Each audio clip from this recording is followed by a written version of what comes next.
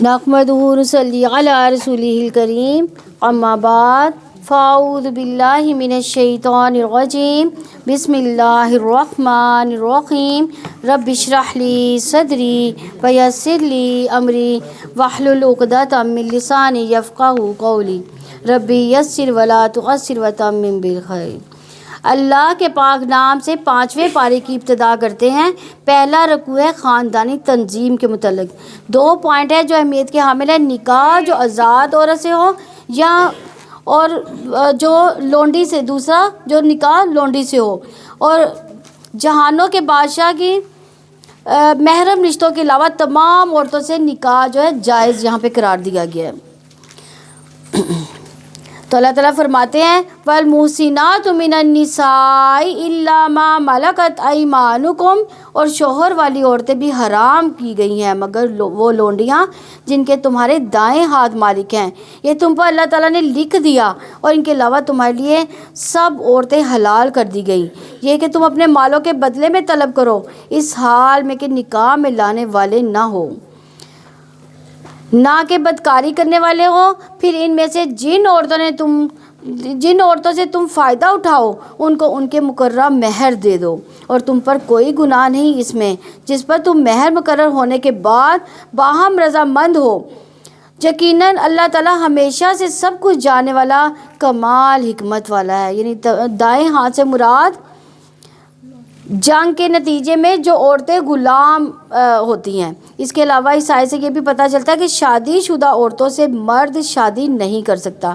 اس کے علاوہ مرد کے لیے لازم ہے کہ نکاح کے بعد عورت کو مہر ادا کرے، لیکن اگر عورت خوشی سے معاف کر دے تو پھر کیا اس کو کرنا چاہیے؟ اس کو تحفتاً سمجھ کر لے لینا چاہیے۔ اور یہ بھی ہے کہ مرد کی مستقل طور پر عورت کے ساتھ زندگی گزارنے کی نیت ہو۔ یہ سب اس لیے اسلام میں فرض قرار دے دیا گیا ہے کہ ایک مرد کو عورت کے ساتھ حلال طریقے سے، شرعی طریقے سے رشتہ قائم رکھنا چاہیے، نہ کہ غلط طریقوں سے تعلقات قائم کیے جائیں، کیونکہ نکاح کرنے کی اہمیت ہمارے دین میں بہت ہے، کیونکہ نکاح نصف دین کو مکمل کرنے کا ذریعہ ہے، جس کے ذریعے نبی کریم صلی اللہ علیہ وسلم نے فرمایا جب کوئی بندہ نکاح کر لیتا ہے تو وہ اپنا آدھا دین مکمل کر لیتا ہے، لہٰذا اسے چاہیے کہ باقی آدھے دین کے بارے میں اللہ تعالیٰ سے ڈرتے رہے۔ اور تم میں سے جو کوئی مالی لحاظ سے استطاعت نہ رکھتا ہو کہ وہ ذات مومن عورتوں سے نکاح کرے تو مومن لونڈیاں تم میں سے کسی سے نکاح کر لے جس کے مالک تمہارے دائیں ہاتھ ہوں، اور اللہ تعالیٰ تمہارے ایمان کو زیادہ جاننے والا ہے کہ تم ایک دوسرے سے ہو، چنانچہ ان کے مالکوں کی اجازت سے ان کے ساتھ نکاح کر لو، ان کے مہر ان کو اچھے طریقے سے ادا کر دو جبکہ وہ نکاح میں لائی گئی ہوں، بدکاری کرنے والی نہ ہو اور نہ ہی چھپے دوست بنانے والی ہوں۔ پھر جب وہ نکاح میں لائی جا چکی تو اگر اس کے بعد وہ بے حیائی کریں تو ان کی سزا آزاد عورتوں سے نصف ہے۔ کس کی سزا نصف رکھی گئی؟ لونڈی کی۔ یہ اس کے لیے ہے جو تم میں سے گناہ میں پڑنے سے ڈرے، اور یہ کہ تم صبر کرو تمہارے لیے بہتر ہے، اور اللہ تعالیٰ بے حد بخشنے والا نہایت رحم والا ہے۔ یہاں لونڈیوں کے حوالے سے بات کی جا رہی ہے کہ بہت سے لوگوں کو آج بھی لونڈی غلام پر اعتراض ہوتا ہے۔ اسلام نے غلامی کو یکسر ختم نہیں کیا بلکہ ایسے طریقے اختیار کیے کہ آہستہ آہستہ غلامی کا سسٹم ہی ختم ہو جائے۔ آج ایسی کوئی چیز نظر نہیں آتی، لیکن اگر اب بھی ایسے حالات پیدا ہوں تو اس کا حل اسلام میں موجود ہے۔ اس زمانے میں جو اجازت دی گئی تھی اس کی وجہ یہ تھی کہ اس زمانے میں کوئی جنگ کے حوالے سے قوانین نہیں تھے، تو جو لوگ جنگ میں پکڑے ہوئے آتے تھے انہیں بجائے اس کے کہ جیلوں میں ڈالا جاتا، انہیں لوگوں میں تقسیم کر دیا جاتا تھا اور ان کے حقوق ہوتے تھے۔ نبی صلی اللہ علیہ وسلم کو ان کی بہت فکر ہوتی تھی، اس لیے ہم دیکھتے ہیں کہ آپ صلی اللہ علیہ وسلم نے اپنے آخری دن، آخری لمحے میں کیا فرمایا؟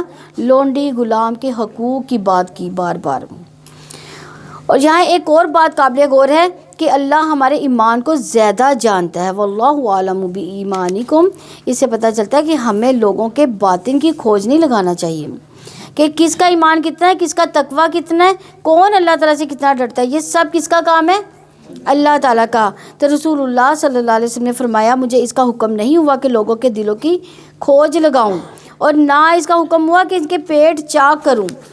اصل میں یہ ہے کہ انسان کو کسی کے ساتھ بھی معاملہ کرتے ہوئے اس کے ظاہر پر معاملہ کرنا چاہیے۔ یہاں زنا کی حرمت کے بارے میں بھی آیا ہے کہ بدکاری کرنے والی نہ عورتیں ہوں، نہ ہی چھپے دوست بنانے والی ہوں۔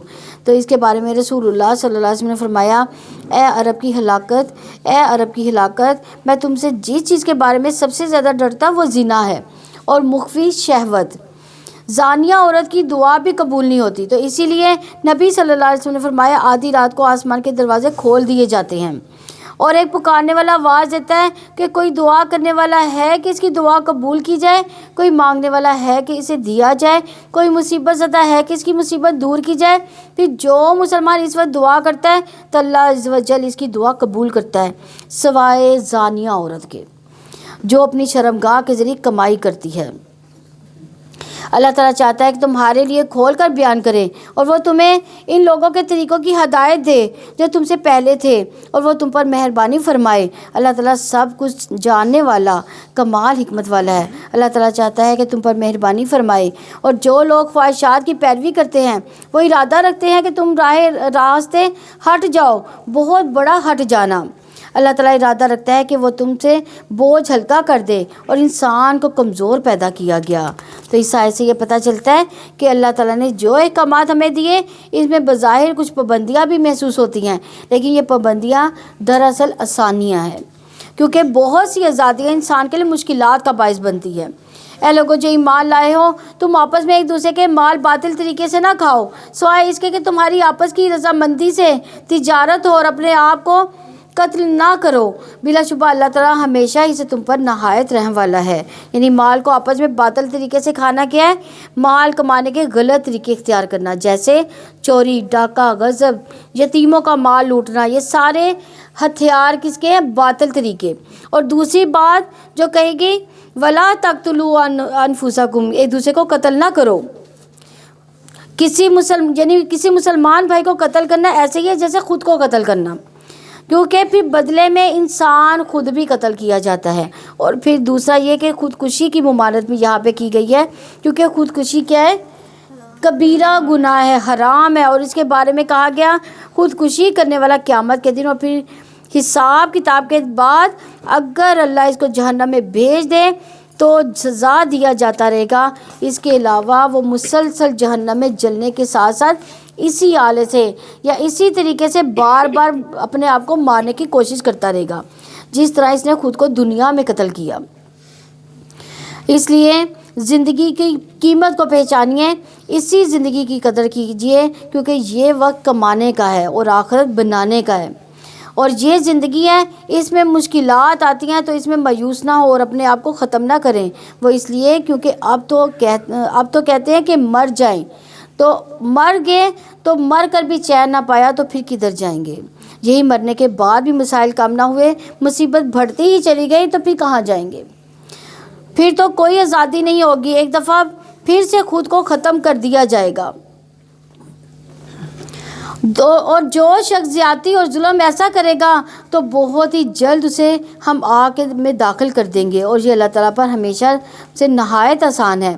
اگر تم ان بڑے بڑے گناہوں سے بچ جاؤ جن سے تمہیں منع کیا گیا تو ہم تمہاری چھوٹی برائیاں تم سے دور کر دیں گے اور تمہیں بڑی باعزت داخلے کی جگہ میں داخل کر دیں گے۔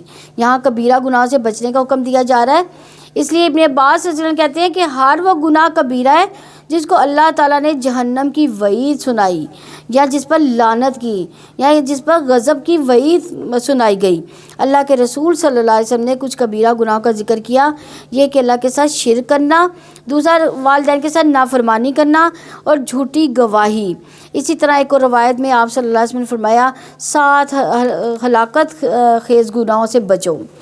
صحابہ نے عرض کیا، اے اللہ کے رسول وہ کیا ہیں؟ آپ صلی اللہ علیہ وسلم نے فرمایا اللہ کے ساتھ شریک ٹھہرانا، جادو کرنا دوسرا، اور تیسرا کسی جان کو قتل کرنا جسے اللہ نے حرام ٹھہرایا مگر حق کے ساتھ جائز ہے، چوتھا سود کھانا، پانچواں یتیم کا مال ہڑپ کرنا، چھٹا لڑائی کے دن پیٹھ پھیر کر بھاگ جانا، اور پاک دامن ایمان والی بھولی بھالی خواتین پر زنا کی تہمت لگانا۔ اور پھر ایک بہت اہم بات کہ جو توحید اس وقت فائدہ دیتی ہے، یعنی لا الہ الا اللہ اس وقت فائدہ دیتا ہے جب کبائر سے بچا جائے گا، یعنی کبیرہ گناہوں سے بچا جائے گا۔ اسی لیے رسول اللہ صلی اللہ علیہ وسلم نے فرمایا جب کوئی بندہ خلوص دل سے لا الہ الا اللہ کہے گا اور کبائر سے بچتا رہے گا تو اس کے لیے آسمان کے دروازے کھول دیے جائیں گے اور یہ کلمہ لا الہ الا اللہ عرش تک جا پہنچے گا، اور یہ بھی کہ فرائض اس وقت گناہوں میں کا کفارہ بنے گا جب بندہ کبیرہ گناہوں سے بچتا رہے گا۔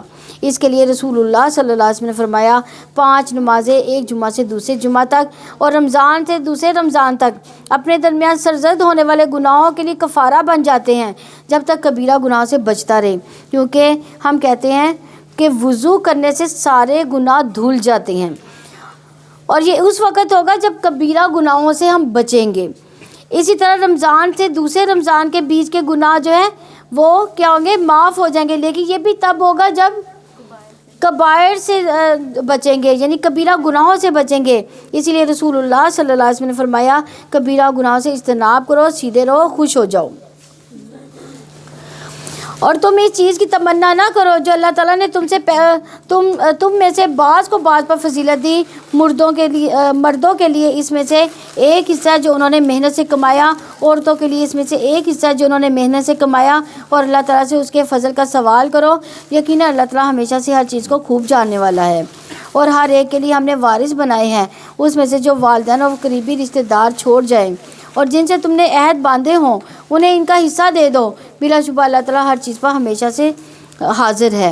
مرد عورتوں پر نگران ہے اس وجہ سے کہ جو اللہ تعالیٰ نے ان کے بعض کو بعض پر فضیلت دی، اس وجہ سے کہ انہوں نے اپنے اموال میں سے خرچ کیا۔ بس نیک عورتیں فرما بردار ہیں، وہ عدم موجودگی میں بھی حفاظت کرنے والی ہیں اس وجہ سے کہ اللہ تعالیٰ نے انہیں محفوظ رکھا۔ اور وہ عورتیں جن کی سرکشی سے تم ڈرتے ہو تو تم ان کو سمجھاؤ، ان کے بستروں میں چھوڑ دو، ان کو مارو، چنانچہ اگر وہ تمہاری اطاعت کریں تو ان کو ستانے کی کوئی راہ تلاش نہ کرو۔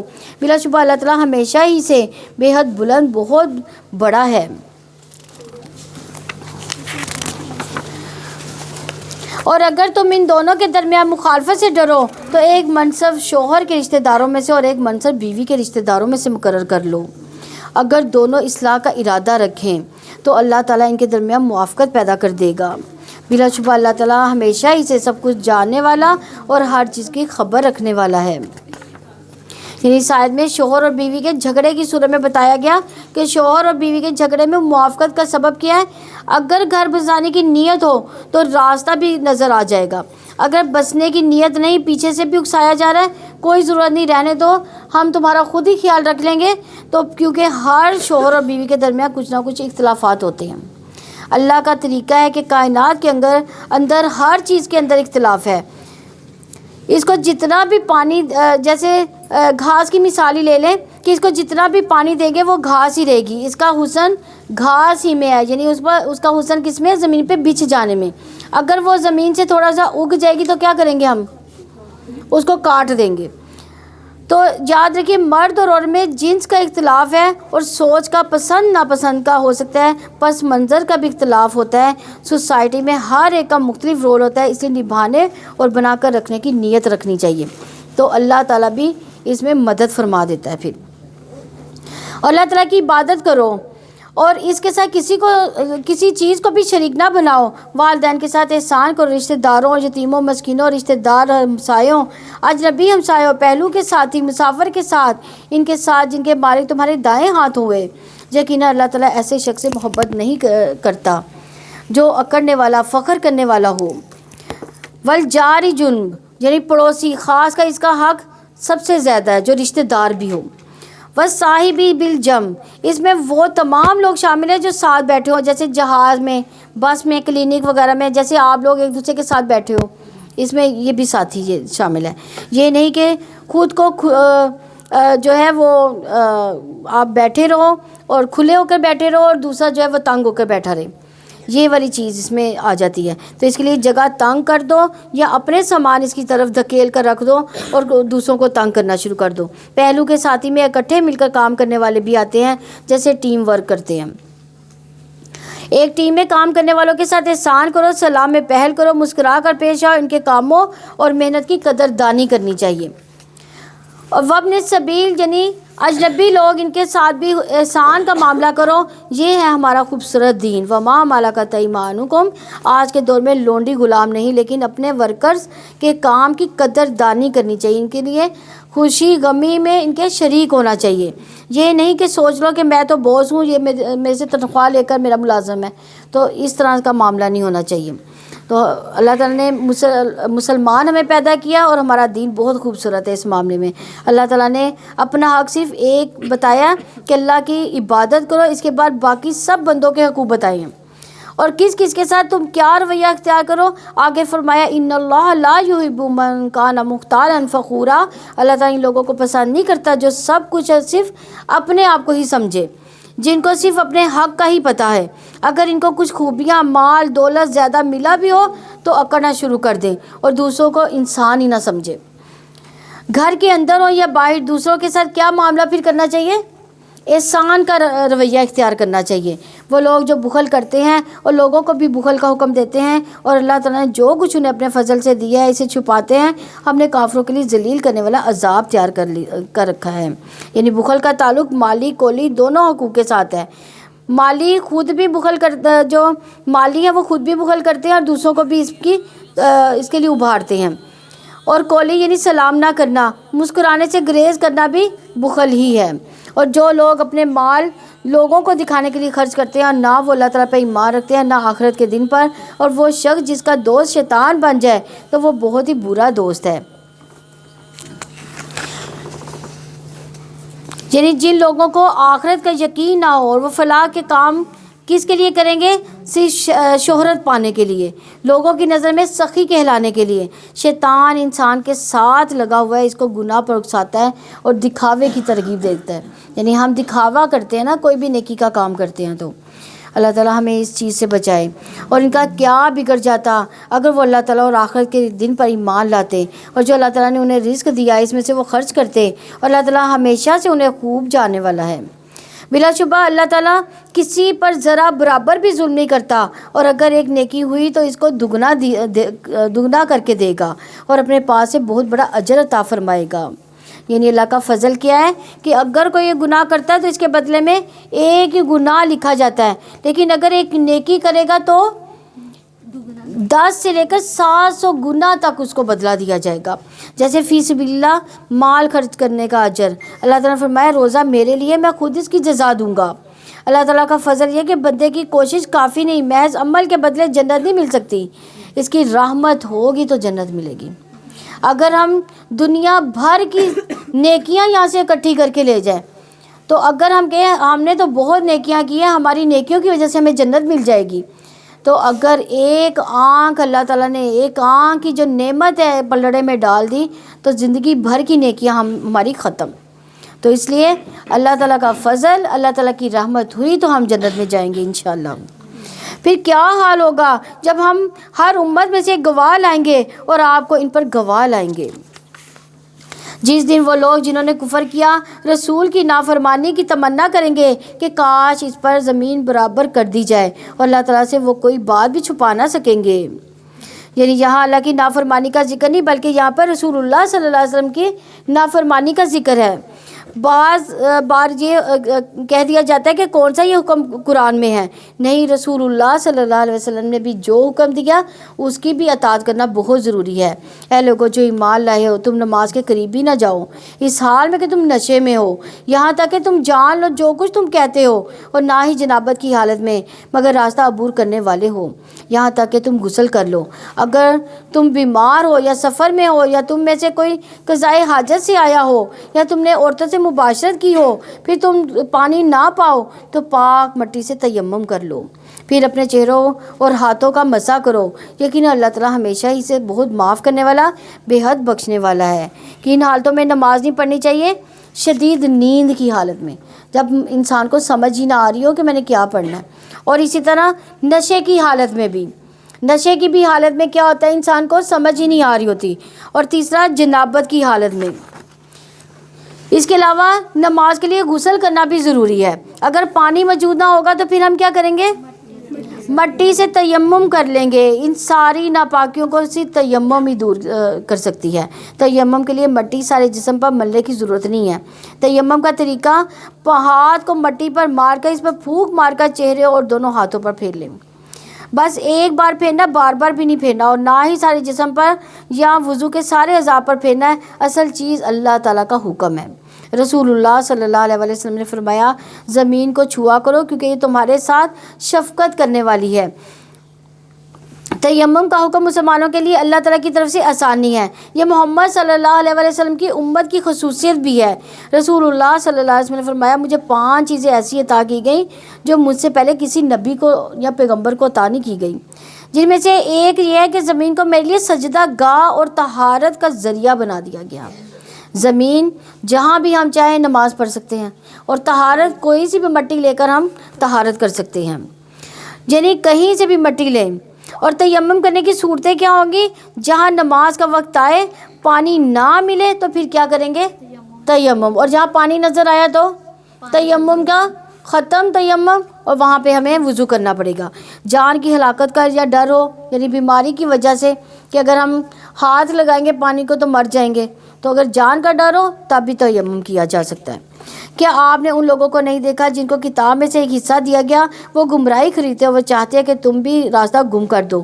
اللہ تعالیٰ تمہارے دشمن کو خوب جانتا ہے، اللہ تعالیٰ ہی کافی دوست ہے، اللہ تعالیٰ ہی کافی مددگار ہے۔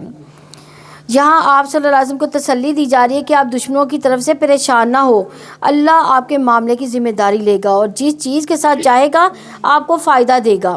اللہ تعالیٰ کی دوستی، اس کی مدد کو اپنے لیے کافی سمجھے۔ یہ تو توکل ہر مومن کے لیے کافی ہے، کیونکہ بعض اوقات انسان بہت اچھے کام کر رہا ہوتا ہے، لیکن دوسرے لوگ غلط فہمی کا شکار ہو کر مخالفت پر اتر آتے ہیں، الزام لگانے لگتے ہیں، اس کی وجہ سے دین کے کام میں انسان بد دل ہونے لگتا ہے۔ تو پیغمبر تو یہ کام نہیں چھوڑ سکتے، اس لیے ان کو مدد اور اطمینان چاہیے ہوتا ہے۔ تو یہ اللہ تعالیٰ اصل میں اس آیت میں ان کو مدد دے رہے ہیں اور ان کو اطمینان، دل کا اطمینان دے رہے ہیں۔ ان لوگوں میں سے جو یہودی ہوئے لوگ باتوں کو ان کی جگہوں سے پھیر دیتے ہیں اور کہتے ہیں سمینا و اطعنا، یعنی ہم نے سنا اور ہم نے نافرمانی کی، واسمع اور تم سنو، غیر مسمع کہ تمہیں نہ سنایا جائے، ورعینا اور ہماری رعایت کرو۔ اپنی زبانوں کو موڑتے ہوئے کہتے ہیں اور دل میں تان کرتے ہوئے، اور اگر وہ کہتے ہیں سمینا اور ہم نے سنا، واطعنا اور ہم نے اطاعت کی، واسمع اور آپ سنیے، اور وانظرنا اور ہم پر نظر کرم کیجیے، تو ان کے حق میں بلا شبہ زیادہ بہتر اور زیادہ درست ہوتا۔ لیکن اللہ تعالیٰ نے ان کے کفر کی وجہ سے ان پر لعنت کر دی، چنانچہ ان میں سے کم ہی لوگ ایمان لاتے ہیں۔ یعنی پیغمبر یعنی یہود بظاہر اللہ کے حکم کو غور سے سنتے، مگر دل میں کیا آہستگی سے کہتے ہیں سمینا و عصینا، یعنی ہم نے سنا، ہم نے نافرمانی کی۔ اگر آج کے مسلمان کا بھی یہی حال ہے، وہ اللہ کے حکم کو سن تو لیتا ہے، پھر کہتا ہے کہ آج کے دور میں تو یہ کام بڑا مشکل ہے، اس پر عمل ہی نہیں کر سکتے ہم۔ کیا ایسے ہی نہیں ہم کہتے؟ ہمیں اللہ تعالیٰ کے حکم معلوم ہے، اس کے باوجود ہم کیا کہتے ہیں؟ ہم تو عمل نہیں کر سکتے۔ کہیں کوئی حکم کتنا بھی مشکل لگے، اللہ تعالیٰ سے مدد مانگنی چاہیے، اللہ تعالیٰ سے دعائیں کرنی چاہیے۔ کہیں یا اللہ میں نے سن لیا، میں انشاءاللہ عمل کروں گی، مجھے توفیق دے دے، تو میرے لیے آسان کر دے، کم از کم نیت ہی کر لے۔ یہ کہنا کہ یہ اس زمانے کے لیے نہیں ہے، آج کرنا بہت مشکل ہے، یہ درست نہیں۔ جب انسان اللہ تعالیٰ سے مشکل میں دعا کرتا ہے تو پھر اللہ تعالیٰ کا وعدہ ہے ان مع العسر یسرا، یعنی تنگی کے ساتھ اللہ تعالیٰ آسانی رکھتا ہے۔ اس لیے ہر حکم پر ہمیں یہ کہنا چاہیے سمینا و اطعنا، جو صحابہ نے کہا، لیکن منافقین نے کیا کہا؟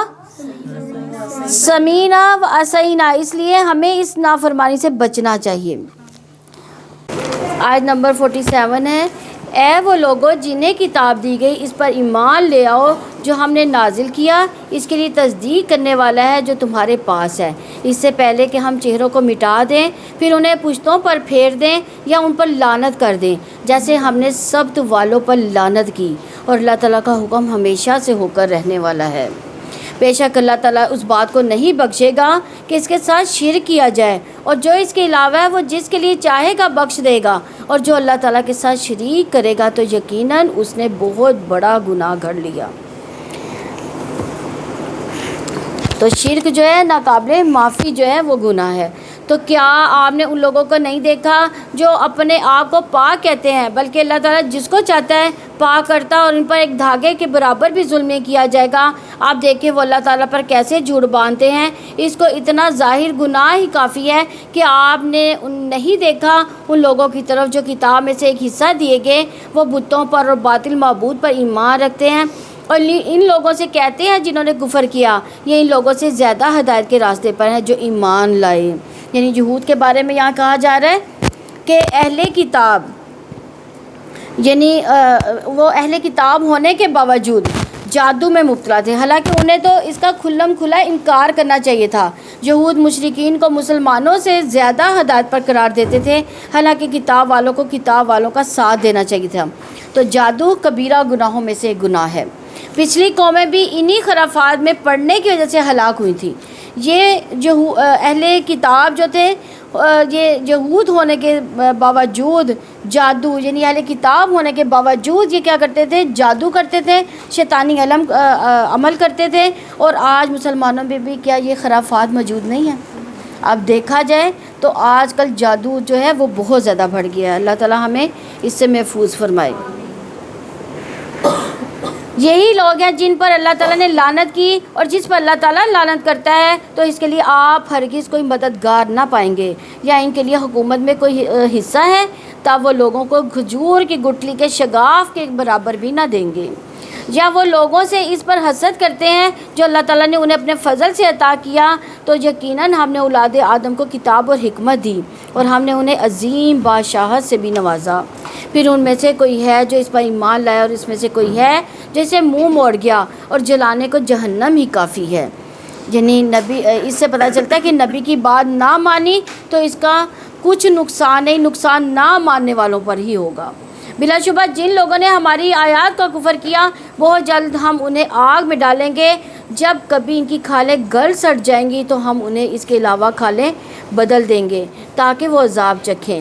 یقیناً اللہ تعالیٰ ہمیشہ ہی سے سب پر غالب کمال حکمت والا ہے۔ یعنی جہنم میں جہنمی کے جسم کی کھال 70 بالش چوڑی ہوگی، اور کان کی لو سے گردن تک کا فاصلہ 700 سال کا فاصلہ ہوگا، اور ایک داڑھ کس کے برابر ہوگی؟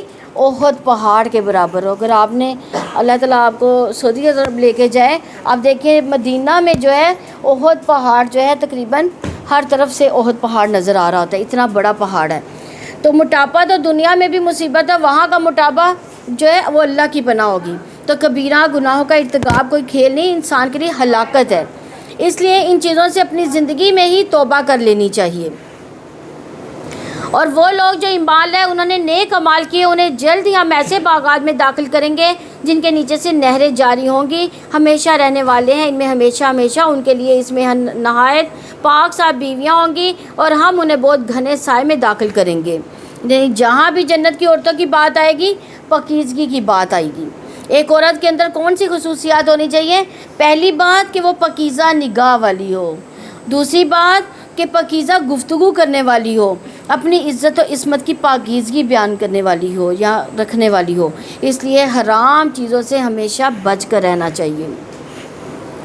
یقیناً اللہ تعالیٰ تمہیں حکم دیتا ہے کہ امانتوں کو ان کے حقداروں کے سپرد کر دو، اور جب تم لوگوں کے درمیان فیصلہ کرو تو انصاف کے ساتھ فیصلہ کرو۔ یقیناً اللہ تعالیٰ تمہیں اس کے ذریعے بہت اچھی نصیحت کرتا ہے۔ بلا شبہ اللہ تعالیٰ ہمیشہ ہی سے سب کچھ سننے والا، سب کچھ دیکھنے والا ہے۔ یعنی عہدے اور ذمہ داریاں ان کو دینا چاہیے جو نبھانے کے اہل ہوں۔ کسی اختلاف کی صورت میں کسی ایک کے ساتھ نہ دو، انصاف سے فیصلہ کرنا ہے۔ اس سے جماعتیں اور آرگنائزیشن ملک آگے بڑھتے ہیں اگر انصاف ہوگا۔ اگر نا انصافی ہوگی تو کیا ہوگی؟ افراتفری پھیلی ہوگی ملک میں۔ اے لوگوں جو ایمان لائے ہو، اللہ تعالیٰ کی اطاعت کرو، اللہ تعالیٰ کے رسول کی اطاعت کرو، اور اپنے میں سے حکم دینے والوں کی اطاعت کرو۔ پھر اگر کسی چیز پر تم آپس میں جھگڑ پڑو تو اس کو اللہ تعالیٰ اس کے رسول کی طرف لوٹا دو، اگر تم اللہ تعالیٰ اور آخرت کے دن پر ایمان رکھتے ہو۔ یہ بہتر ہے اور انجام کے لحاظ سے زیادہ اچھا ہے۔ یعنی اختلاف کی صورت میں فیصلہ کون کرے گا؟ اللہ اور اس کے رسول کے فیصلوں میں سے فیصلہ کروایا جائے گا، کیونکہ اتحاد اللہ اور اس کے رسول کی بات پر ہی ہوگا۔ شخصیت پرستی سے بچو۔ اس آیت سے حکمرانوں کی اطاعت بھی کی اہمیت بھی پتہ چلتی ہے، لیکن حکمرانوں کی اطاعت اللہ تعالیٰ کی اطاعت کے برابر ہوگی، یعنی اس کے مطابق ہوگی، اللہ کی نافرمانی میں ان کی اطاعت نہیں ہوگی۔ کیا تم نے ان لوگوں کی طرف نہیں دیکھا جو دعویٰ کرتے ہیں کہ یقیناً وہ ایمان لائے اس پر جو آپ پر نازل کیا گیا اور اس پر بھی جو آپ سے پہلے نازل کیا گیا؟ وہ ارادہ رکھتے ہیں کہ آپس کے فیصلے غیر اللہ کی طرف لے جائیں، حالانکہ انہیں حکم دیا گیا کہ اس کا کفر کریں، اور شیطان ارادہ رکھتا ہے کہ انہیں بہکا کر گمراہ کر دے، بہت دور کا گمراہ کرنا۔ اور جب ان سے کہا جاتا ہے کہ آؤ اس کی طرف جو اللہ تعالیٰ نے نازل کیا، رسول کی طرف آؤ، تو آپ منافقوں کو دیکھیں گے وہ تم سے منہ موڑتے ہیں، صاف منہ موڑنا۔ پھر کیا حال ہوتا ہے جب ان کو اس وجہ سے مصیبت پہنچتی ہے جو ان کے ہاتھوں نے آگے بھیجا، پھر وہ آپ کے پاس اللہ تعالیٰ کی قسمیں کھاتے ہوئے آتے ہیں، اور ہم نے تو محض بھلائی اور آپس میں ملانے کے سوا کچھ نہیں چاہا۔ یہی لوگ ہیں جن کو اللہ تعالیٰ جانتا ہے جو کچھ ان کے دلوں میں ہے، چنانچہ آپ ان سے منہ موڑ لیں اور انہیں واضح و نصیحت کریں، ان کے لیے ان کے دلوں میں بہت اثر کرنے والی بات کریں۔ یہ کون لوگ تھے؟ ان کے بارے میں بتایا جا رہا ہے کہ وہ لوگ جو آپ صلی اللہ علیہ وسلم سے بے رخی کرتے تھے اور آپ کے مقام کی قدر نہیں کرتے تھے، اس کو نظر انداز کرتے تھے۔ نصیحت کریں ان کو کہا گیا ہے کہ نصیحت کریں ان کو دلوں کو نرم کرنے والی بات کی جائے، اور ہمیں بھی رسول اللہ صلی اللہ علیہ وسلم کی پیروی میں اس اخلاق کو اپنانا چاہیے۔ اور ہم نے ہر رسول کو محض اس لیے بھیجا کہ اللہ تعالیٰ کے حکم سے اس کی اطاعت کی جائے، اور بلا شبہ اگر وہ آپ کے پاس آ جاتے جنہوں نے خود پر ظلم کیا تھا، پھر اللہ تعالیٰ سے بخشش مانگتے اور رسول ان کے لیے بخشش مانگتا، تو وہ اللہ تعالیٰ کو یقیناً بہت زیادہ قبول کرنے والا، نہایت رحم والا پاتے ہیں۔ یعنی گناہ کے بارے میں یہاں بتایا جا رہا ہے کہ جو اعمال جو انسانوں کے لیے مصیبتوں کا باعث بنتے ہیں اور رزق سے محروم کر دیتے ہیں انسان کو، اور بعض اوقات انسان صحت کے مسائل میں مبتلا ہو جاتا ہے، اور ان سب کا حل کیا ہے؟ استغفار ان سب کا حل ہے۔ تو ہمیں پھر کیا کرنا چاہیے؟ زیادہ سے زیادہ استغفار کرنا چاہیے۔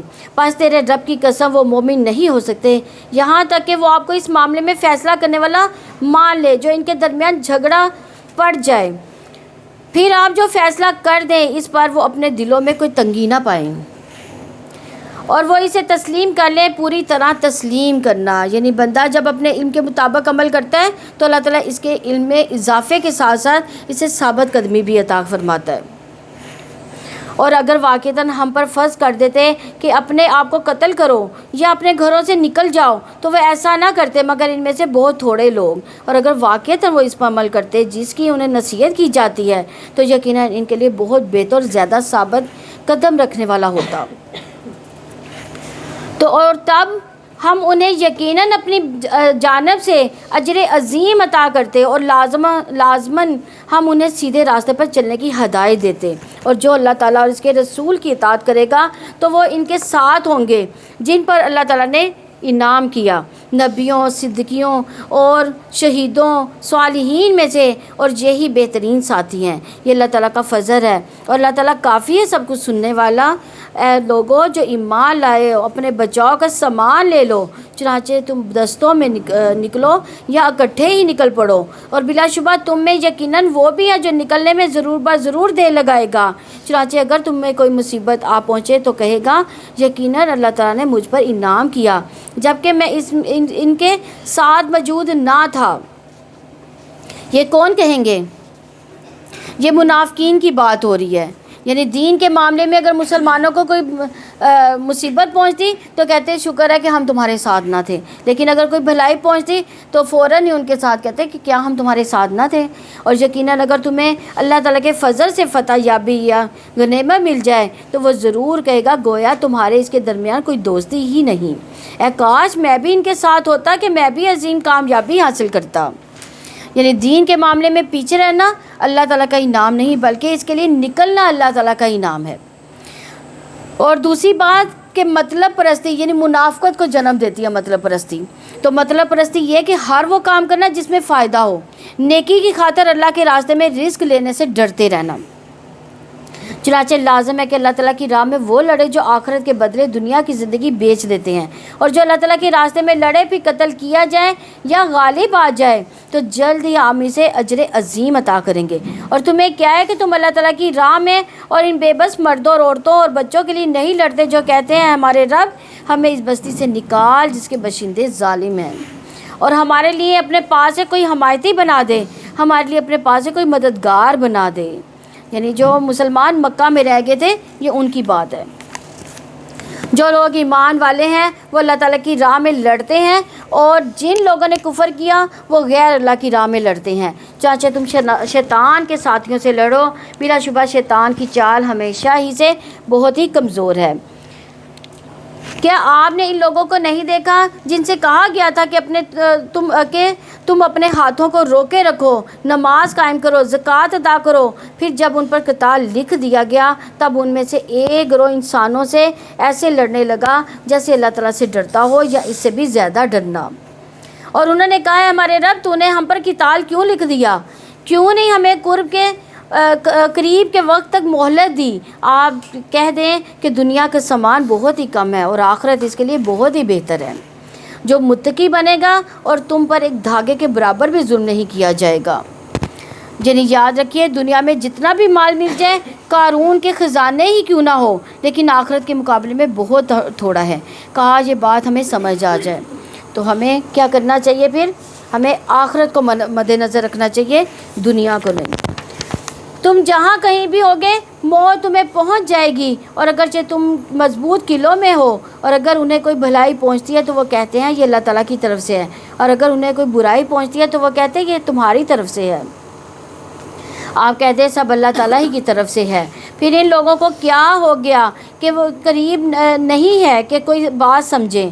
جو بھی بھلائی تجھے پہنچے سو اللہ تعالیٰ کی طرف سے ہے، اور جو بھی برائی پہنچے تو وہ تمہاری اپنی طرف سے ہے، اور ہم نے آپ کو لوگوں کے لیے رسول بنا کر بھیجا، اور اللہ تعالیٰ ہی گواہ کافی ہے۔ اور جس نے رسول کی اطاعت کی اس نے حقیقتاً اللہ تعالیٰ کی اطاعت کی، اور جس نے منہ موڑا تو ہم نے ان پر آپ کو نگہبان بنا کر نہیں بھیجا۔ اور وہ کہتے ہیں اطاعت ہوگی، پھر جب وہ آپ کے پاس سے نکلتے ہیں تو ان میں سے ایک گروہ رات کو آپ کی بات کے خلاف مشورہ کرتا ہے، اور اللہ تعالیٰ لکھ رہا ہے جو وہ رات کو مشورہ کرتے ہیں۔ چنانچہ آپ ان سے منہ موڑ لیں اور اللہ تعالیٰ پر توکل کریں، اللہ تعالیٰ ہی وکیل کافی ہے۔ تو کیا وہ قرآن مجید میں غور و فکر نہیں کرتے؟ اور اگر وہ غیر اللہ کے پاس سے ہوتا تو اس میں وہ یقیناً بہت زیادہ اختلاف پاتے، اور جب ان کے پاس امن یا خوف کا کوئی معاملہ آتا تو اسے مشہور کر دیتے، اور اگر وہ اسے رسول تک یا اپنے میں سے حکم دینے والوں کی طرف لوٹاتے تو وہ لوگ ضرور جان لیتے اس کو جو ان میں سے اس کا اصل مطلب نکالتے ہیں۔ اگر تم پر اللہ تعالیٰ کا فضل، اس کی رحمت نہ ہوتی تو وہ بہت ہی کم لوگوں کے سوا تم سب شیطان کے پیچھے لگ جاتے۔ چنانچہ تم اللہ تعالیٰ کی راہ میں جنگ کرو، تمہیں تمہاری ذات کے سوا کسی کی تکلیف نہیں دی جاتی، اور مومنوں کو آپ رغبت دلائیں۔ قریب ہے کہ اللہ تعالیٰ ان لوگوں کو لڑائی روک دے جنہوں نے کفر کیا، اور اللہ تعالیٰ بہت سخت لڑائی کرنے والا، بہت سخت سزا دینے والا ہے۔ جو شخص سفارش کرے گا اچھی سفارش تو اس کے لیے بھی اس میں ایک حصہ ہوگا، اور جو کوئی سفارش کرے گا بری سفارش اس کے لیے اس میں سے ایک حصہ ہوگا، اور اللہ تعالیٰ ہمیشہ سے ہر چیز پر نگہبان ہے۔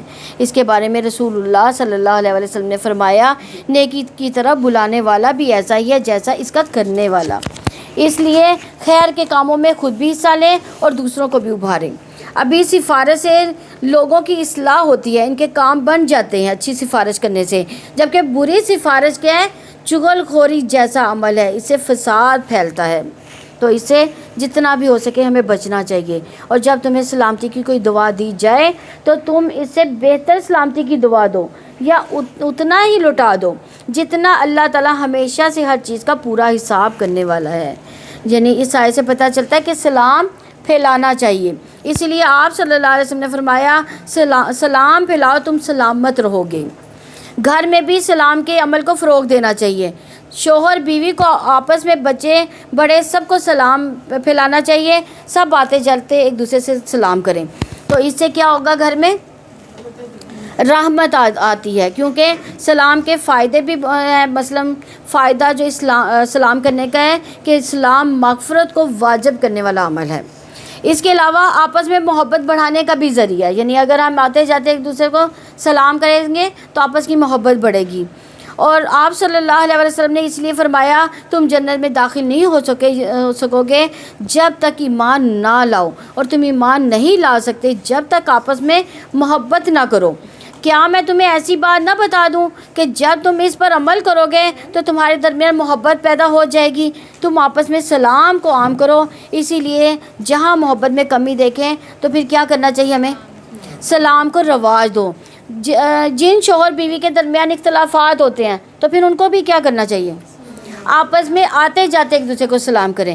اگر وہ سلام کو عام کر دیں گے تو اللہ تعالیٰ اس کی برکت سے ان کے اختلافات کو ختم کر دیں گے انشاءاللہ. اور سب سے بڑا بخیل کون ہے؟ جو سلام میں بخل کرتا ہے، یعنی وہ سلام نہیں کرتا. اللہ تعالیٰ وہ ہے جس کے سوا کوئی معبود نہیں، وہ تم سب کو قیامت کے دن ضرور جمع کرے گا، جس میں کوئی شبہ نہیں. اور اللہ تعالیٰ سے زیادہ بعد میں سچا اور کون ہے. ہم سب آہستہ آہستہ موت کی طرف جا رہے ہیں، اور قیامت کے دن اس حقیقت کو ایک دم سے کھول دیا جائے گا ہمارے گرد. اور پھر کیا ہوگا، تب حساب کتاب کا وقت ہوگا. پھر ہمیں مہلت نہیں دی جائے گی کسی بھی چیز کی. پھر تمہیں کیا ہو گیا کہ منافقوں کے بارے میں دو گروہ بن رہے ہو، حالانکہ اللہ تعالیٰ نے اس وجہ سے جو انہوں نے کمایا انہیں اوندھا کر دیا. کیا تم چاہتے ہو کہ انہیں ہدایت دو جنہیں اللہ تعالیٰ نے گمراہ کیا؟ اور جس کو اللہ تعالیٰ گمراہ کر دے اس کے لیے آپ ہرگز کوئی راستہ نہ پائیں گے. تو پھر گمراہی سے ہدایت کی طرف کس سے دعا کرنی چاہیے؟ کیوں؟ کیونکہ ہدایت دینے والا صرف اللہ تعالیٰ کی ذات ہے. ہم چاہیں بھی تو ہدایت نہیں لے سکتے جب تک اللہ تعالیٰ کی مشیت نہیں ہوگی. وہ چاہتے ہیں جیسا کہ انہوں نے کفر کیا، کاش تم بھی کفر کرو کہ تم سب برابر ہو جاؤ. چنانچہ ان میں سے تم کسی کو دوست نہ بناؤ جب تک وہ اللہ تعالیٰ کی راہ میں ہجرت نہ کریں. یہ ہجرت کون سی ہجرت ہے؟ کفر سے اسلام کی طرف آنے والی ہجرت، یعنی کفر سے اسلام میں داخل ہونا.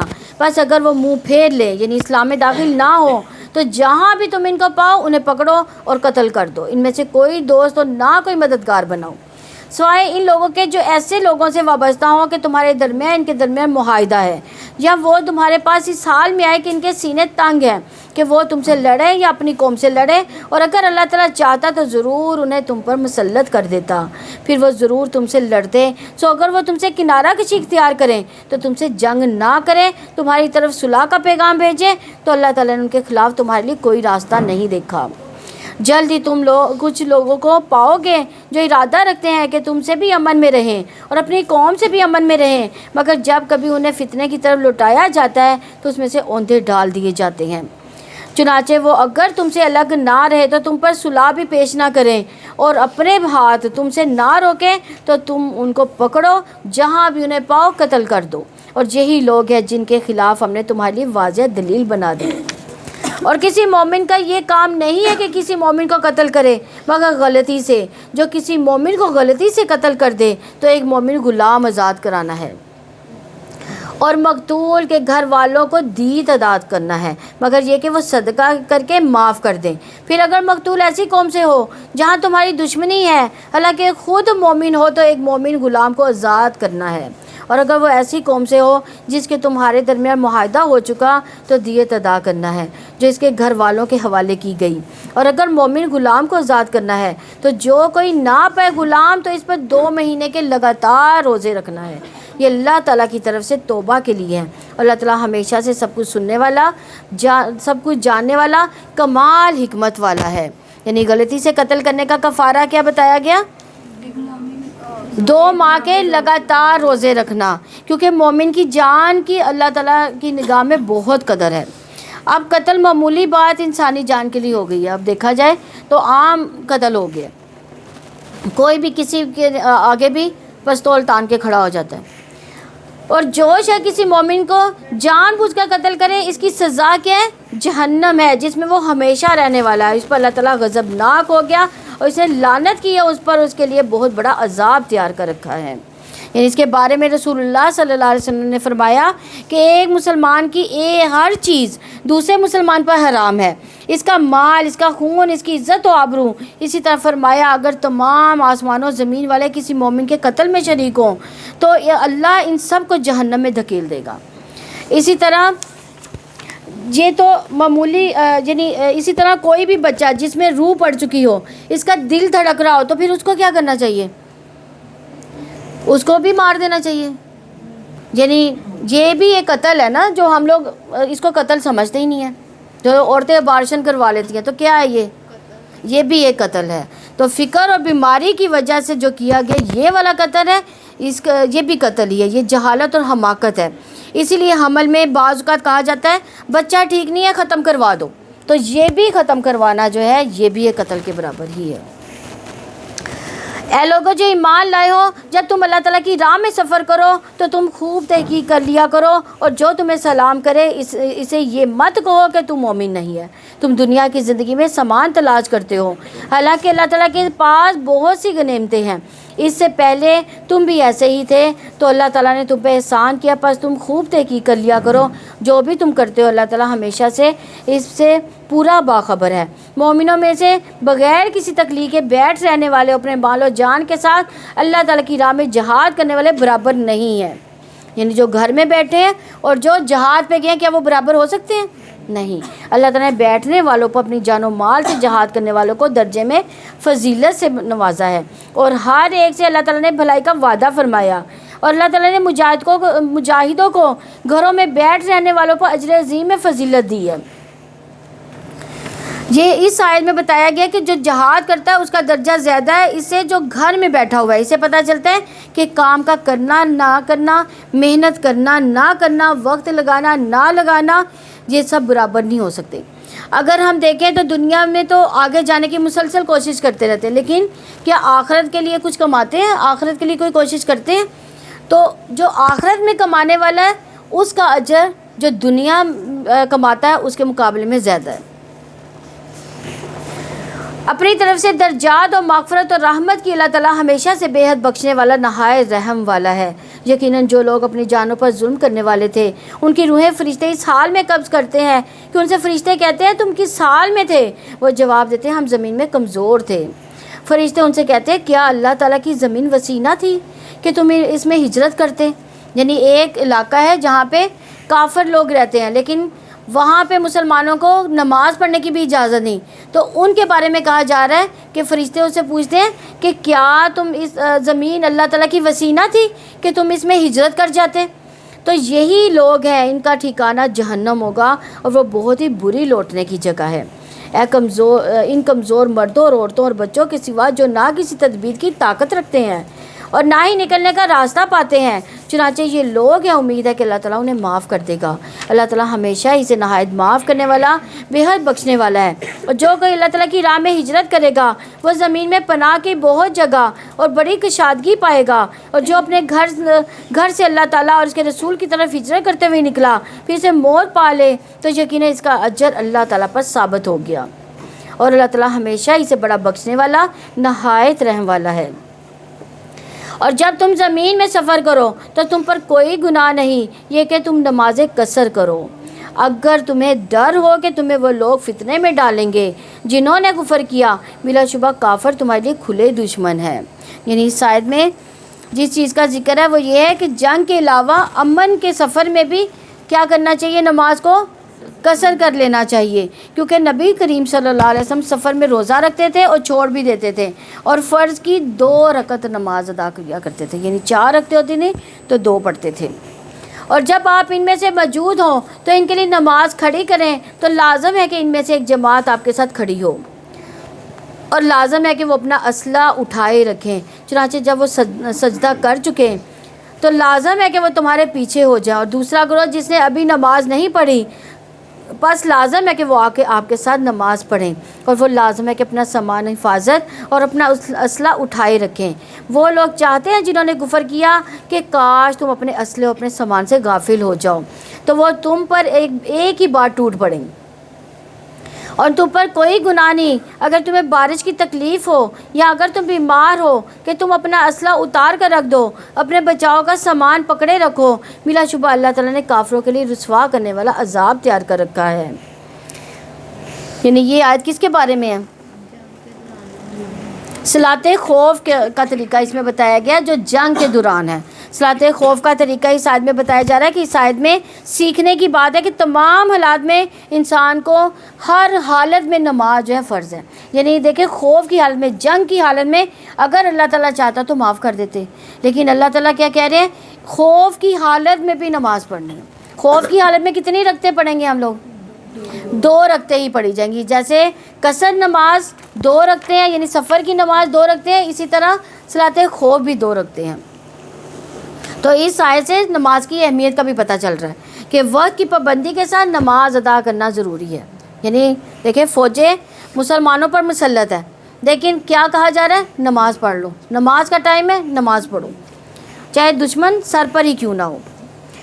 پھر جب تم پوری کر چکو تو کھڑے ہوئے، بیٹھے ہوئے، اپنے پہلوؤں پر لیٹے ہوئے اللہ تعالیٰ کو یاد کرتے رہو. پھر جب تم بے خوف ہو جاؤ تو نماز قائم کرو. بلا شبہ نماز ہمیشہ سے ایمان والوں پر ایسا فرض ہے جس کا وقت مقرر کیا ہوا ہے. یعنی اس آیت سے بھی پتہ چلتا ہے کہ سفر میں بھی وقت کی پابندی ضروری ہے. یہ نہیں کہ ساری نمازیں رات کو اکٹھی ایک ہی دفعہ پڑھ لی جائیں، یہ منع ہے. ہاں اکٹھی نمازیں کی جا سکتی ہیں، لیکن ظہر اثر اور مغرب عشاء، لیکن فجر کی نماز پھر بھی الگ ہی پڑھی جائے گی. اور اس قوم کے طاقت میں ہمت نہ ہارو. اگر تم تکلیف اٹھاتے ہو تو بلا شبہ وہ بھی تکلیف اٹھاتے ہیں جیسا کہ تم تکلیف اٹھاتے. کون تکلیف اٹھاتا ہے؟ مسلمان جنگ میں تکلیف اٹھاتے ہیں، تو ان سے کہا جا رہا ہے کہ دشمن بھی تمہارے مقابلے میں تکلیف اٹھا رہا ہے، اور تم اللہ تعالیٰ سے وہ امید رکھتے ہو جو وہ امید نہیں رکھتے. اور اللہ تعالیٰ ہمیشہ سے سب کچھ جاننے والا، کمال حکمت والا ہے. یعنی ان کی امیدیں وہ نہیں ہیں جو مسلمانوں کی امیدیں ہیں. مسلمان کس کے لیے جنگ کر رہا ہے؟ اللہ تعالیٰ سے اجر کی امید سے جنگ کر رہا ہے. لیکن کافر کو یہ امید نہیں ہے اللہ تعالیٰ سے. یقیناً ہم نے آپ کی طرف یہ کتاب حق کے ساتھ نازل کی تاکہ آپ لوگوں کے درمیان اس کے مطابق فیصلہ کریں جو اللہ تعالیٰ نے آپ کو دکھایا، اور آپ خیانت کرنے والوں کی خاطر جھگڑنے والے نہ ہوں. اور اللہ تعالیٰ سے بخشش مانگو. بلا شبہ اللہ تعالیٰ ہمیشہ ہی سے بے حد بخشنے والا، نہایت رحم والا ہے. اور آپ ان کی جانب سے جھگڑا نہ کریں جو اپنے آپ سے خیانت کرتے ہیں. یقیناً اللہ تعالیٰ اس سے محبت نہیں کرتا جو ہمیشہ ہی سے بہت خائن، سخت گناہ گار ہے. وہ لوگوں سے چھپنا چاہتے ہیں لیکن اللہ تعالیٰ سے نہیں چھپنا چاہتے، حالانکہ وہ تو اس وقت بھی ان کے پاس ہوتا ہے جب وہ رات کو ان باتوں کا جن سے اللہ تعالیٰ راضی نہیں ہوتا مشورے کرتے ہیں. اور جو بھی وہ کرتے ہیں اللہ تعالیٰ ہمیشہ سے اس کا احاطہ کرنے والا ہے. ہاں تم ہی وہ لوگ ہو جنہوں نے ان کی خاطر دنیا کی زندگی میں جھگڑا کیا، تو قیامت کے دن ان کے بارے میں اللہ تعالیٰ کے سامنے کون جھگڑا کرے گا یا کون ان کا وکیل ہوگا. یعنی اگر دیکھا جائے تو اپنی قوم، خاندان، دوست، ان کا ناحق ساتھ نہیں دینا چاہیے. یعنی اپنوں کا جب ہم ناحق ساتھ دیتے ہیں تو اللہ تعالیٰ اس کے بارے میں کہہ رہا ہے کہ قیامت کے دن ان کا ناحق کیسے ساتھ دو گے. تب تو اللہ تعالیٰ کسی کو بولنے کی اجازت نہیں دے گا. کیا ہم اپنے بہن بھائیوں کو اگر غلط کرتا دیکھیں اور کسی کے خلاف کر رہا ہو تو کیا اس کو روکنا چاہیے کہ اس کا ساتھ دینا چاہیے؟ اس کو روکنا چاہیے. اگر ہم اس کا ساتھ دیں گے تو اللہ تعالیٰ پھر اس کے لیے وعید سنا رہے ہیں کہ قیامت کے دن اس کا کیسے ساتھ دو گے. قیامت کے دن تو اللہ تعالیٰ کسی کا ساتھ دینے کی اجازت نہیں دیں گے. اور جو شخص کوئی برائی کرے، اپنی جان پر ظلم کرے، پھر اللہ تعالیٰ سے بخشش کی درخواست کرے، وہ اللہ تعالیٰ کو بے حد بخشنے والا، نہایت رحم والا پائے گا. تو اس آیت کے حوالے سے رسول اللہ صلی اللہ علیہ وسلم نے فرمایا، جو مسلمان کوئی گناہ کر بیٹھے پھر وضو کرے، اس کے بعد 2 رکعت نماز پڑھے اور اللہ تعالیٰ سے اپنے اس گناہ کی معافی مانگے تو اللہ تعالیٰ اس کے گناہ کو یقیناً معاف کر دے گا. اس لیے ہمیں اللہ تعالیٰ سے پوری امید کے ساتھ بخشش مانگنی چاہیے اور توبہ کر لینی چاہیے، کیونکہ آج توبہ ہو جائے گی. اور رسول اللہ صلی اللہ علیہ وسلم نے فرمایا، بائیں طرف والا فرشتہ 6 گھڑیاں مسلمان گناہ گار بندے سے اپنا قلم اٹھائے رکھتا ہے. یعنی ایک مسلمان ہے، اس نے گناہ کر بیٹھا ہے وہ، لیکن جو فرشتہ ہے اس کا گناہ نہیں لکھ رہا. اگر وہ شرمندہ ہو اور اللہ تعالیٰ سے اس گناہ پر استغفار کر لے تو وہ لکھے بغیر ہی قلم رکھ دیتا ہے. یعنی اس کا گناہ لکھنے کے لیے وہ قلم اٹھایا ہوا ہے اس نے کہ شاید کہ یہ استغفار کر لیں. جب وہ استغفار کر لیتا ہے تو وہ لکھے بغیر اس قلم رکھ دیتا ہے. ورنہ اگر وہ استغفار نہیں کرتا تو پھر اس کا گناہ ایک لکھ دیا جاتا ہے. اور جو کوئی گناہ کماتا ہے تو یقیناً وہ اسے اپنے ہی خلاف کماتا ہے، اور اللہ تعالیٰ ہمیشہ اسے سب کچھ جاننے والا کمال حکمت والا ہے۔ اور جو خطا یا گناہ کمائے پھر اس کی تہمت کسی بے گناہ پر لگائے تو یقیناً اس نے بڑے بہتان اور صریح گناہ کا بوجھ اٹھا لیا۔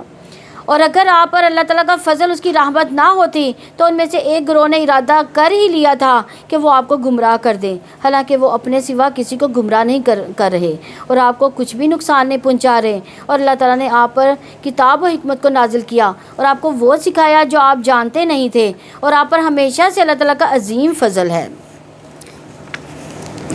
اور ان کی اکثر سرگوشیوں میں کوئی بھلائی نہیں سوائے اس شخص کے جو کسی صدقے کا یا نیکی کا یا لوگوں کے درمیان صلح کروانے کا حکم دے، اور جو اللہ تعالیٰ کی رضا حاصل کرنے کے لیے یہ کام کرے تو جلد ہی ہم اسے اجر عظیم عطا کریں گے۔ تو اس آیت سے یہ بھی پتہ چلتا ہے کہ مجلس میں سرگوشیاں کرنا ناپسندیدہ چیز ہے اور آداب مجلس کے خلاف بھی ہے۔ اور دیکھا جائے تو پسندیدہ سرگوشی کون سی ہے؟ جیسا کہ کوئی چھپا کر صدقہ کرنا مقصود ہو، یا کسی نیکی کا کام کرنا چاہتا ہو، وہ اس کی سرگوشی کی جا سکتی ہے، یا وہ لوگوں میں اصلاح کروانا چاہ رہا ہو۔ اور جو رسول کی مخالفت کرے اس کے بعد کہ اس پر ہدایت واضح ہو چکی اور اہل ایمان کے راستے کے علاوہ کسی اور کی پیروی کرے تو ہم اس کو ادھر ہی پھیر دیں گے جدھر وہ پھیرے گا، اور اسے جہنم میں داخل کر دیں گے، اور وہ بہت ہی بری لوٹنے کی جگہ ہے۔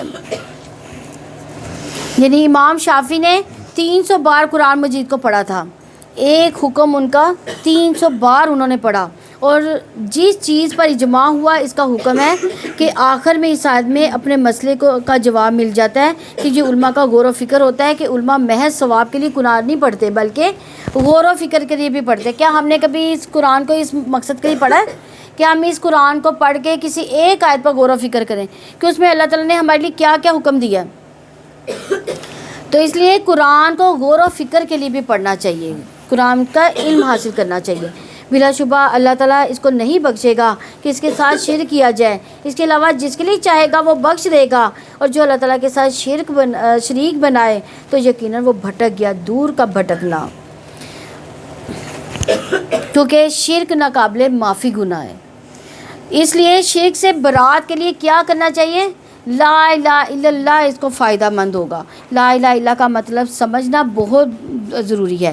اس کے بارے میں ابو درداء سے روایت ہے کہ میں نے رسول اللہ صلی اللہ علیہ وآلہ وسلم کو فرماتے ہوئے سنا کہ ہر گناہ کے بارے میں امید ہے کہ اللہ اسے بخش دے گا سوائے اس شخص کے جو مشرک ہو کر مرے۔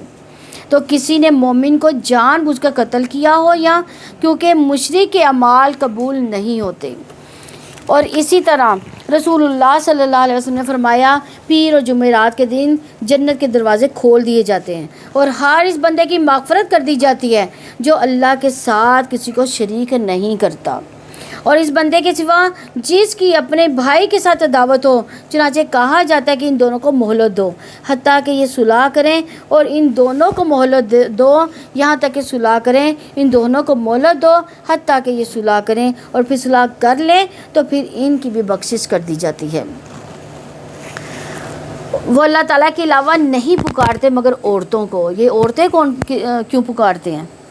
یعنی عورتوں کے نام پہ دیوی دیوتا جو بنائے ہوئے تھے انہوں نے، وہ عورتیں ہی تھیں، ان کے بت بنائے ہوئے تھے، اس لیے کہا گیا وہ اللہ تعالیٰ کے سوا نہیں پکارتے مگر عورتوں کو۔ حالانکہ اسلام سے پہلے عورتوں کو کوئی حق بھی نہیں دیا ہوا تھا، لیکن جس کے ساتھ وہ اللہ تعالیٰ کو شریک بناتے تھے وہ دیوی دیوتا جو تھے وہ صرف اور صرف عورتوں کی ہی شکلیں تھیں، اور وہ اللہ تعالیٰ کے علاوہ نہیں پکارتے مگر عورتوں کو، اور وہ سرکش شیطان کے سوا کسی کو نہیں پکارتے۔ اللہ تعالیٰ نے اس پر لعنت کی ہے۔ اس شیطان نے کہا کہ یقیناً میں تیرے بندوں میں سے ایک مقررہ حصہ ضرور لے لوں گا، اور یقیناً میں ضرور انہیں گمراہ کر دوں گا، اور یقیناً میں ضرور انہیں جھوٹی امیدیں دلاتا رہوں گا، اور یقیناً میں ضرور انہیں حکم دوں گا سو وہ ضرور میرے حکم سے جانوروں کے کان چیریں گے، اور یقیناً میں ان کو ضرور حکم دوں گا سو یقیناً وہ اللہ تعالیٰ کی پیدا کی ہوئی صورت کو ضرور بدلیں گے۔ اور جو کوئی اللہ تعالیٰ کے علاوہ شیطان کو دوست بناتا ہے تو بلا شبہ اس نے خسارہ اٹھایا، واضح خسارہ۔ یعنی اس سے یہ بھی پتہ چل رہا ہے کہ شیطان باطل طریقے سے باطل طریقوں کو خوبصورت بنا کر پیش کرتا ہے، اور باطل اور حق کو ملا دیتا ہے، خلط ملط کر دیتا ہے، اور پھر فرمایا خواہشات کے ذریعے حملہ کرتا ہے، کیونکہ شیطان حقیر سمجھے جانے والے اعمال کے ذریعے داخل ہوتا ہے اور وہ انہیں وعدہ دیتا ہے، انہیں جھوٹی امیدیں دلاتا ہے۔ شیطان ان کو دھوکے کے سوا کوئی وعدہ نہیں دیتا، یعنی اس لیے شیطان کے وعدوں سے ہوشیار رہنا چاہیے، اور وہ بعض اوقات ان کے ذریعے بڑا وقت ضائع بھی کروا دیتا ہے۔ جیسے ہم موبائل پر لگتے ہیں تو کیا ہوتا ہے، گھنٹے گزر جاتے ہیں، ہمیں احساس ہی نہیں ہوتا ہمارا ٹائم کتنا ویسٹ ہوا، اور یہی ٹائم جو ہے قیامت کے دن ہم حسرت بنے گا ہم پر کہ کاش کہ میں نے وہ وقت ضائع نہ کیا ہوتا۔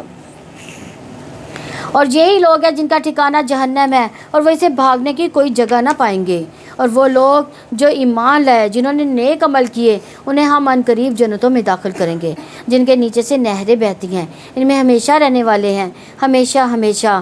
اللہ تعالیٰ کا سچا وعدہ ہے، اور اللہ تعالیٰ سے زیادہ کون بات میں سچا ہے؟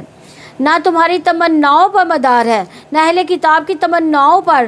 جو کوئی بھی برا عمل کرے گا اسے اس کی سزا دی جائے گی، اور وہ اللہ تعالیٰ کے سوا نہ کوئی دوست پائے گا نہ کوئی مددگار۔ اور جو بھی نیک اعمال میں سے کوئی عمل کرے، مرد ہو یا عورت، اور وہ مومن ہو، تو یہ لوگ جنت میں داخل ہوں گے، اور ان پر کھجور کی گٹھلی کے شگاف کے برابر بھی ظلم نہ کیا جائے گا۔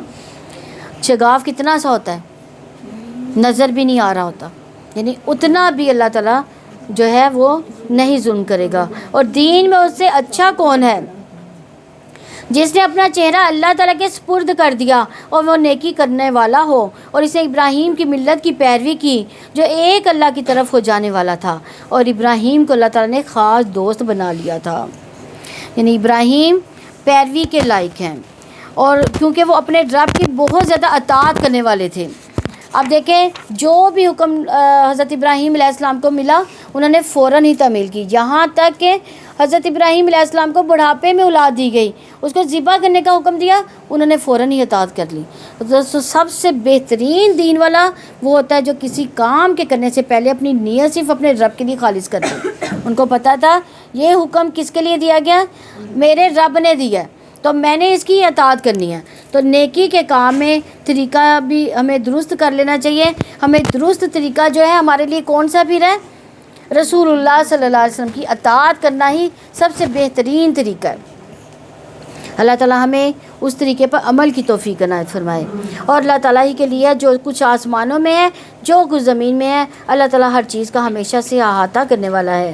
اور لوگ آپ سے عورتوں کے بارے میں فتویٰ پوچھتے ہیں، آپ کہہ دیں کہ اللہ تعالیٰ تمہیں ان کے بارے میں فتویٰ دیتا ہے، اور اس کتاب میں جو تم پر پڑھا جاتا ہے یتیم عورتوں کے بارے میں ہے، جن کو تم وہ نہیں دیتے جو ان کے لیے فرض کیا گیا، اور تم رغبت رکھتے ہو کہ ان سے نکاح کرو، اور بے بس کمزور بچوں کے بارے میں بھی، اور یہ کہ تم یتیموں کے بارے میں انصاف پر قائم رہو، اور جو بھی تم بھلائی کرو گے تو بلا شبہ اللہ تعالیٰ ہمیشہ سے اس کو خوب جاننے والا ہے۔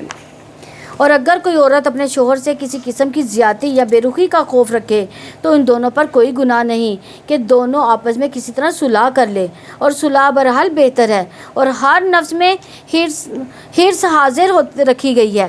اور اگر تم نیکی کرو اور تقوی اختیار کرو تو یقیناً اللہ تعالیٰ اس سے جو تم عمل کرتے ہو ہمیشہ پورا باخبر ہے۔ اور تم ہرگز استطاعت نہیں رکھتے کہ بیویوں کے درمیان عدل کرو، خواہ تم حرص بھی رکھو، چنانچہ تم بالکل ایک جانب سے پوری طرح نہ جھک جاؤ کہ تم اس دوسری کو لٹکتی ہوئی کی طرح چھوڑ دو۔ اور اگر تم اصلاح کرو اور تم ڈرتے رہو تو بلا شبہ اللہ تعالیٰ ہمیشہ سے بے حد بخشنے والا نہایت رحم والا ہے۔ اور اگر وہ دونوں جدا ہو جائیں تو ایک کو اللہ تعالیٰ اپنی وسعت سے غنی کر دے گا، اور اللہ تعالیٰ ہمیشہ ہی سے بڑی وسعت والا کمال حکمت والا ہے۔ یعنی بعض کا تو ہوتا ہے کہ میاں بیوی کے درمیان ناچاکی رہتی ہے، لیکن کیا ہوتا ہے کہ خوف ہوتا ہے کہ اگر ہم طلاق لے لیں گے تو کہاں جائیں گے، تو اللہ تعالیٰ کہتے ہیں کہ اللہ تعالیٰ اپنی وسعت سے اس کو غنی بھی کر سکتا ہے۔ اور اللہ تعالیٰ ہی کا ہے جو بھی آسمانوں میں ہے، جو بھی زمین میں ہے، اور بلا شبہ تم سے پہلے جو لوگ کتاب دیے گئے تھے یقیناً انہیں بھی اور تمہیں بھی ہم نے وسعت کی ہے، ہم نے وصیت کی ہے کہ تم اللہ تعالیٰ سے ڈر کر رہو، اور اگر تم کفر کرو گے تو یقیناً جو کچھ آسمانوں میں جو کچھ زمین میں ہے سب اللہ تعالیٰ ہی کا ہے، اور اللہ تعالیٰ ہمیشہ ہی سے ہر طرح بے پرواہ ہر تعریف کا حقدار ہے۔ اور اللہ تعالیٰ ہی کا جو کچھ آسمانوں میں ہے، جو کچھ زمین میں ہے، اللہ تعالیٰ ہی کا وکیل کافی ہے۔ اگر وہ چاہے تو تمہیں لے جائے اے لوگوں، اور دوسروں کو لے آئے، اور اللہ تعالیٰ اس پر ہمیشہ سے پوری طرح قدرت رکھنے والا ہے۔ یعنی اگر ہم تمام نافرمان ہو جائیں تو اللہ تعالیٰ ہمیں لے جا کر اس پر فرما بردار قوم کو لے آئیں گے۔ اللہ تعالیٰ اس کی قدرت رکھتا ہے۔ تو جو دنیا کے بدلے کا ارادہ رکھتا ہے تو اللہ تعالیٰ کے پاس دنیا اور آخرت کا بدلہ ہے، اور اللہ تعالیٰ ہمیشہ سے سب کچھ سننے والا، سب کچھ دیکھنے والا ہے۔ اے لوگوں جو ایمان لائے، انصاف پر پوری طرح قائم رہنے والے، اللہ تعالیٰ کے لیے گواہی دینے والے بنو، اگرچہ تمہاری اپنی جانوں کے یا والدین کے یا رشتہ داروں کے خلاف ہو۔ اگر کوئی مالدار ہے یا فقیر تو اللہ تعالیٰ ان دونوں سے زیادہ حقدار ہے۔ چنانچہ خواہش نفس کی اتباع نہ کرو۔ نفس کی کیا اتباع ہوتی ہے کہ ہم اپنوں کا ساتھ دے دیں، اپنوں کے حق میں گواہی دے دیں۔ تو یہاں گواہی کیا کہی جا رہی ہے؟ عدل کے ساتھ دینی ہے۔ تو خواہش نفس کی اتباع نہ کرو، تم عدل کرو۔ اگر تم زبان کو پیچ دو، یعنی اس کو بنا کر بات کرو، گھوم پھرا کر بات کرو، پیچ دینے سے مراد، یا پہلو تہی کرو، تو یقین اللہ تعالیٰ ہمیشہ سے جو تم عمل کرتے ہو اس سے پوری طرح باخبر ہے۔ تو اس کے بارے میں نبی صلی اللہ علیہ وسلم نے فرمایا کہ قاضی 3 طرح کے ہوتے ہیں، ایک جنت میں اور ایک آگ میں۔ تو اس میں پہلا جو جنت میں جانے والا وہ کون سا ہے؟ جس نے حق پہچانا، اس کے مطابق فیصلہ نہ کیا۔ دوسرا جس نے حق پہچانا پھر فیصلے میں ظلم کیا، وہ آگ میں جائے گا۔